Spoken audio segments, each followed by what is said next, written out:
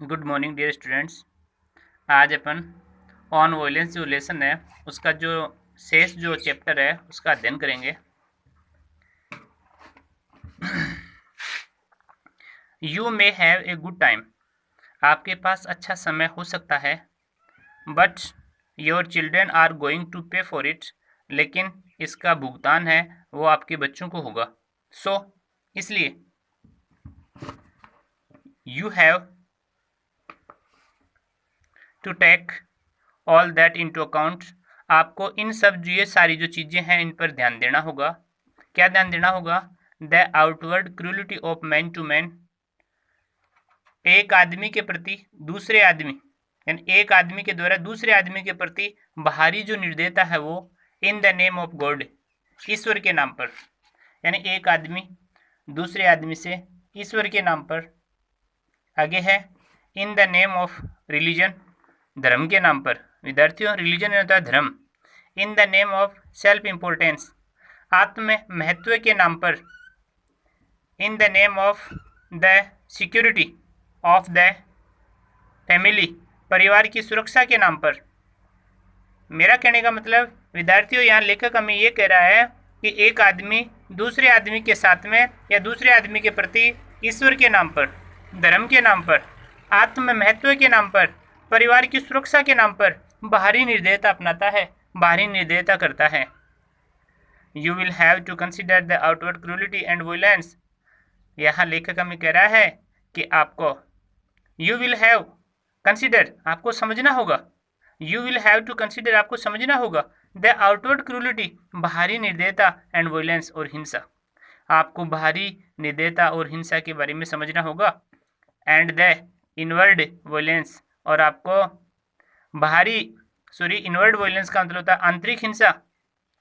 Which you do not yet know, जिसको आप अभी नहीं जानते हो। यानी आंतरिक हिंसा है उसके बारे में आप अभी तक आपको कोई जानकारी नहीं है, कोई नॉलेज नहीं है। ये हमारा फर्स्ट पैराग्राफ था। सेकंड पैराग्राफ को देखें। यू आर स्टिल यंग, लेखक हमें कह रहा है, जे कृष्ण मूर्ति हमें कह रहा है आप अभी छोटे हो।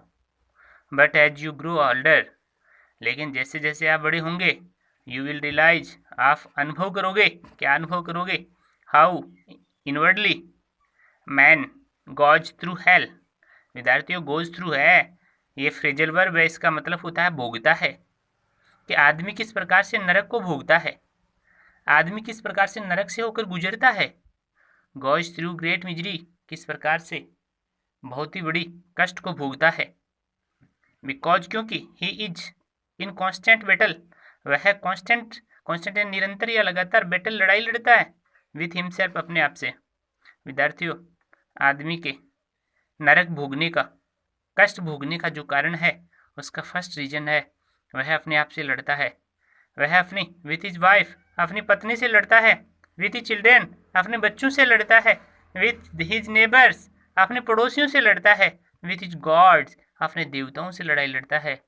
ये विद्यार्थियों उसके दुख भोगने का, उसका नरक में जाने का ये रीजन है। ही इज इन सोरो, वह दुख में है। एंड कन्फ्यूजन, विद्यार्थियों कन्फ्यूजन का अर्थ है अनिश्चितता, वह अनिश्चितता की स्थिति में है। And there is no love, no kindliness, no generosity.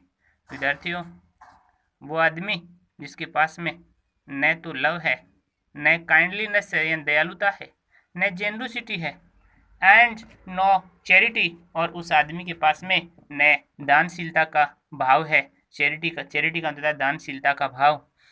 विद्यार्थियों, आगे लेखक हमें कह रहा है, एंड ए पर्सन, एक ऐसा आदमी की हम चर्चा कर रहे हैं, मे have A PhD after his name, जो अपने नाम के बाद में पीएचडी लगा सकता है।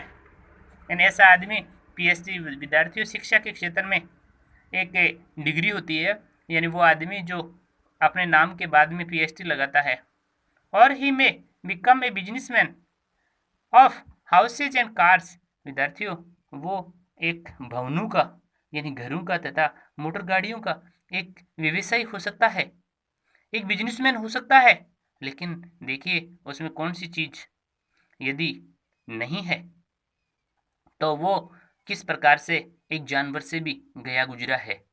But if he has no love, विद्यार्थियों यदि उसमें लव नहीं है, नो अफेक्शन यदि उसमें स्नेह नहीं है, काइंडलीनेस यदि उसमें दयालुता नहीं है, नो कंसिडरेशन, जो कंसिडरेशन का मतलब होता है कंसिडरेशन का मतलब होता है समझ, यदि उसमें समझ नहीं है, ही रियली वर्स, विद्यार्थियों वो वास्तव में वर्स है। वर्स का मतलब होता है अत्यधिक बुरा।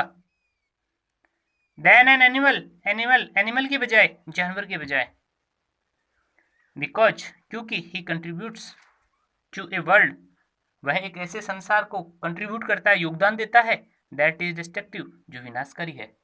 विद्यार्थियों ये आदमी होता है ना, ऐसा आदमी जो बिजनेसमैन हो, ऐसा आदमी जो अपने नाम के बाद पीएचडी लगाता हो, लेकिन यदि उसमें लव नहीं है, यदि उसके अंदर समझ नहीं है, यदि उसमें स्नेह नहीं है, यदि उसमें दयालुता नहीं है, वो जानवर से भी गया गुजरा है। ये हमारा पैराग्राफ फिनिश हो गया। So while you are young, विद्यार्थियों इसलिए जब आप बड़े होंगे, जब आप युवा होंगे, यू हैव टू नो, आपको जानना होगा, ऑल दिस थिंग्स, इन सब चीज़ों को।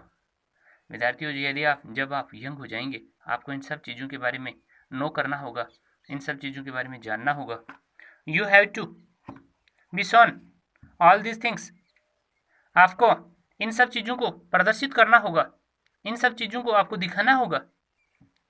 You have to be expose to all this things, विद्यार्थियों आपको इन सब चीज़ों को एक्सपोज करना होगा। एक्सपोज का मतलब स्पष्ट करना, क्लियर करना, इसको अपन ये भी कह सकते हैं व्यक्त करना। आपको इन सब चीज़ों को व्यक्त करना होगा। सो दैट, इसलिए कि किस लिए, your mind begins to think, आपका माइंड है वो सोचना शुरू कर दे। मेरा कहने का मतलब आपके अंदर एक अच्छा विचार आ जाए, आपके अंदर विवेक की भावना आ जाए। अदरवाइज अन्यथा you will become like the rest of the world, आप बाकी जो संसार है उसकी तरह बन जाओगे, आप शेष संसार की तरह बन जाओगे। रेस्ट का मतलब शेष, यानी बाकी जो दुनिया, जो बेकार की दुनिया है, जो अपने सोसाइटी के लिए, अपने फैमिली के लिए कुछ नहीं करता है। And without love, without affection, without charity and generosity, life becomes a terrible business. विद्यार्थियों हमारा जो जीवन है वो बिना प्रेम के, बिना स्नेह के, बिना दानशीलता के, बिना उदारता के एक भयानक बिजनेस बन जाता है, एक भयानक व्यवसाय बन जाता है। अर्थात हमारा जीवन है वो एक निरर्थक बन जाता है। आगे है, दैट इज वाई, यही कारण है, one has to look into all these problems of violence, एक आदमी को ये जो हिंसा से संबंधित जो समस्याएं हैं, इन सब समस्याओं की तरफ ध्यान देना चाहिए।